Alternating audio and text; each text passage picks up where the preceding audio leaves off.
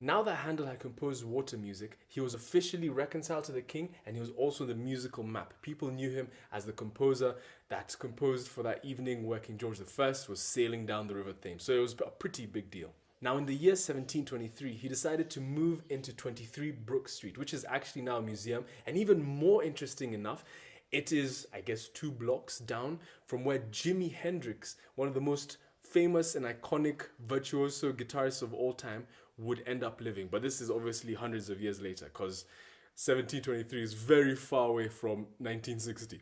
So Jimi Hendrix would end up living just 2 blocks down from him. And if you go there today, you'll see the Handel and Hendrix Museum to commemorate 2 very great musicians, but from very different eras. So in the year 1727, Handel was appointed to compose music for a new king.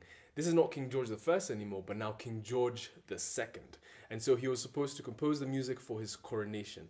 And so he gained inspiration for his next piece when Solomon was going to be anointed king of Israel by Zadok the Priest. Let's read that passage, 1 Kings 38-40.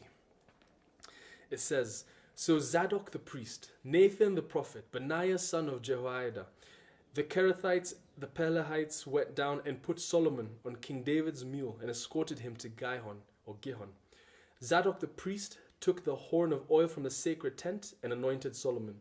Then they sounded the trumpet and all the people shouted, 'Long live King Solomon.'" So Zadok the priest anointed King Solomon. Handel found inspiration from that particular event, and so he composed a piece that has been used year after year for every single British coronation. And this piece is called Zadok the Priest. Have a listen.